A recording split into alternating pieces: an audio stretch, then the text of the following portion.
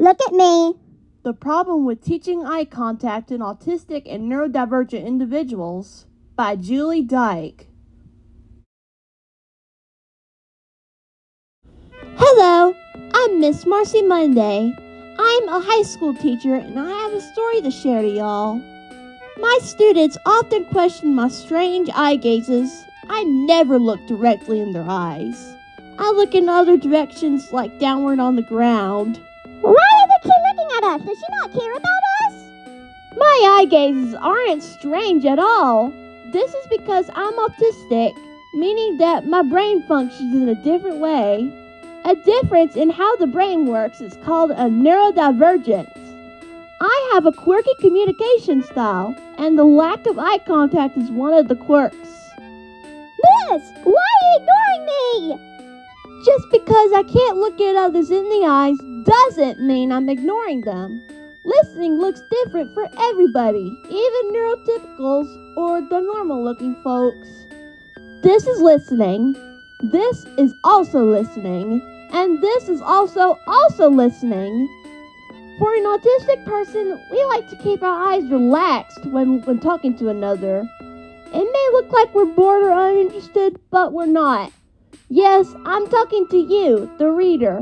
Are you alright, Miss Monday? My students are trying to ridicule me for being different. Did you see my eyes gaze off to the side? Our autistic and neurodivergent, or ND, brains tend to naturally make our eyes do that. And it still shows we're actively listening to you. A neurotypical, or NT brain, versus an autistic and ND brain. This happens unconsciously, like our control centers put our eye contact troubles on autopilot. In fact, there is a reason behind this. We get overwhelmed easily when we make prolonged eye contact. Are you listening? Hello? Monday? Eye contact puts intense pressure on the nerves, causing us to have stress and anxiety, or worse, an emotional meltdown. A meltdown so severe, I feel like screaming my lungs out. If we actually maintain eye contact with another, we cannot process what they're talking about. To us, their speech ends up all scrambled and hard to decipher. How it looks. Monday, I'm very behind on my ozone layer notes. How it feels.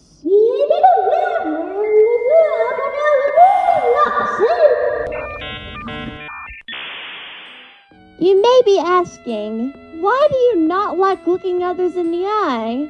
Well, I find it creepy staring into those little orbits.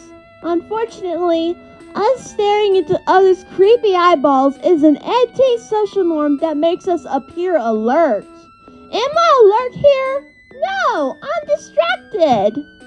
And you, the reader, have to see the experience from my perspective. Some of y'all will refer to that as putting yourself in my shoes. To clarify, that's an idiom. It has nothing to do with shoes. When I was in first grade, we had a thing called whole body listening. Alright kids, we gotta have a listening bodies. Sit still, crisscross applesauce, all eyes on me, body facing me. I broke all those rules and I was still listening. Then my teacher called on me. Marcie, eyes on me, please. Remember, we sit crisscross applesauce. Sitting this way was very uncomfortable for me. Marcie, sit still or I'm moving your bee to yellow. The teacher finally snapped. Come outside for a sec, Marcie. And I bawled in utter distress. She actually sent me out to the hallway, not outside. I was then reprimanded with the dreaded words, Hey, look at me. Look at me. Look in my eyes. Just from hearing that, my puny heart began to pound. I finally looked in the teacher's eyes, but I could not interpret anything she said. Rather than the teacher, my brain paid attention to how it would survive. I became mute. My heart beat faster than a cheetah running. I had a near migraine headache. My stomach even started to hurt. All because of those eyes. Those eyes! On the behavior chart, I had to move my B onto red in front of the whole class. The way I sat, my lack of eye contact, my self-regulation, and my visible anxiety were all seen as bad behavior. I earned a frowny face on my report that day. But the things seen as disruptive, my self-soothing behavior, like my hand flapping and playing with my hair, my comfy seating position, and of course, my lack of eye contact, actually helped me listen. The teacher yelled at me for basically being myself. Marcie, hands in your lap and sit still. I'm still listening. Fast forward to my middle school years. In my language arts class, we had to read our first books without illustrations, like Charlotte Doyle. I had a plushie of a black kitten I called Winifred. She helped me read in class without distractions. That is, until the teacher told me to put her away. Monday, please put all that away. You're not a little girl anymore. I got distracted easily without Winnie. I couldn't focus on the story as the students talking and the bright fluorescent lights interfered with my reading. Luckily, I snuck out Winnie and I could read properly again. I kept her hidden behind the pages until... All right, give me that kitten. You know better. And step outside for me, please. Again, she actually sent me to the hallway, not outside. And then the teacher said the three dreaded words. Look at me. But I looked at Winnie instead of her. Monday. The teacher glared at me and invaded my personal space. And then she poked me just for me to look at her. Look at me! I tried making eye contact once again, but I still heard my teacher speak nothing but gibberish. I held back my tears and put my glasses back on. My brain suffered the same pain I went through as a kid. This time, I actually had a migraine. My brain felt like an old computer crashing. My stomach felt tender from the poke. My heart was rapidly pumping for dear life, all because of those eyes! Those eyes! We don't have behavior charts in middle school, but the teacher threatened me ISS! No talking, no fidgeting, no eating, no jiggling, no exceptions! When I went home, I hopped into my bed and screamed into my pillow. I had to let my bottled up feelings all out. Winnie was stored away at the school. My older sister Mercedes gave me a deep pressure hug, a tight but gentle squeeze like I was her teddy bear. She understood that I got in trouble for the kitty plush, something that actually helps me focus on reading. I wish Mercedes was still here so she could keep me company when I'm overwhelmed. Winifred.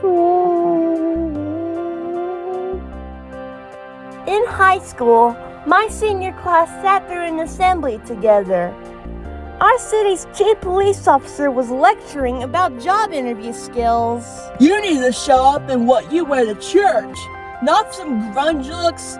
Everything was going pretty swell at first, but at one very moment he said this. Oh, and make eye contact. My heart jumped.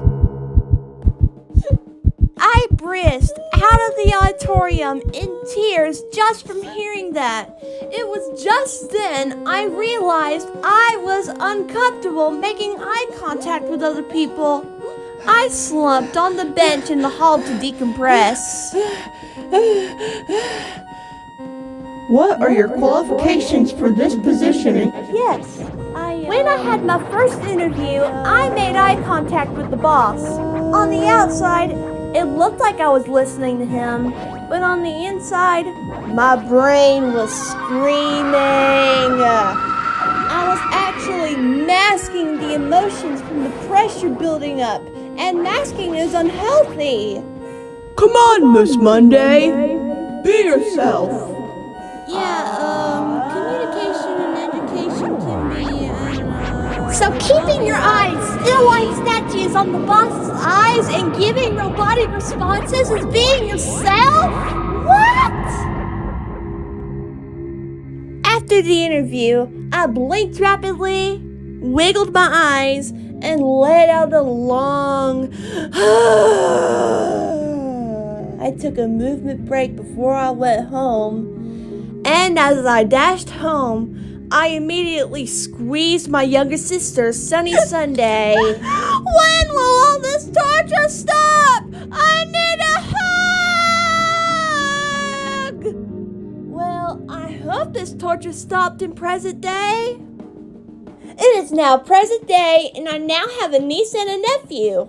I observed elementary classrooms to see if any of them have changed. New teachers understood the different listening styles of kids. My nephew is happy. Veteran teachers still forced eye contact in one kid. My niece is uncomfortable. Wesley, eyes on me, please. I then observed the rooms in high school where they practice interviews. Oh my gosh! Smile, dress nice, make eye contact. Make eye contact. Savannah, look at me during the interview. All right, 4 words. Eye contact is optional. Not everyone is comfortable looking at others' eyes when listening or communicating. But guess what? That's okay. There are other ways to listen and communicate. We can flap or bounce something while sitting. We can pace around the room. And we can talk without using our voice. See? No staring required. So please don't try to give us social skills activities to practice eye contact. Or emphasize it when we practice interviews. Make eye contact. Just please respect our need to look away. We listen better that way. How was Lexus? It was alright. I feel proud though. You see what we mean, Chief Warner? Of course I understand. I have a son who's autistic just like you. Are those the teachers that traumatized me? How's it like teaching you all about neurodiversity over behaviorism? I shouldn't have treated Monday so badly. I'm very sorry for what I did. Marcie was right. She wasn't misbehaving as a kid. Isn't she the cutest thing? Yes, I am cute.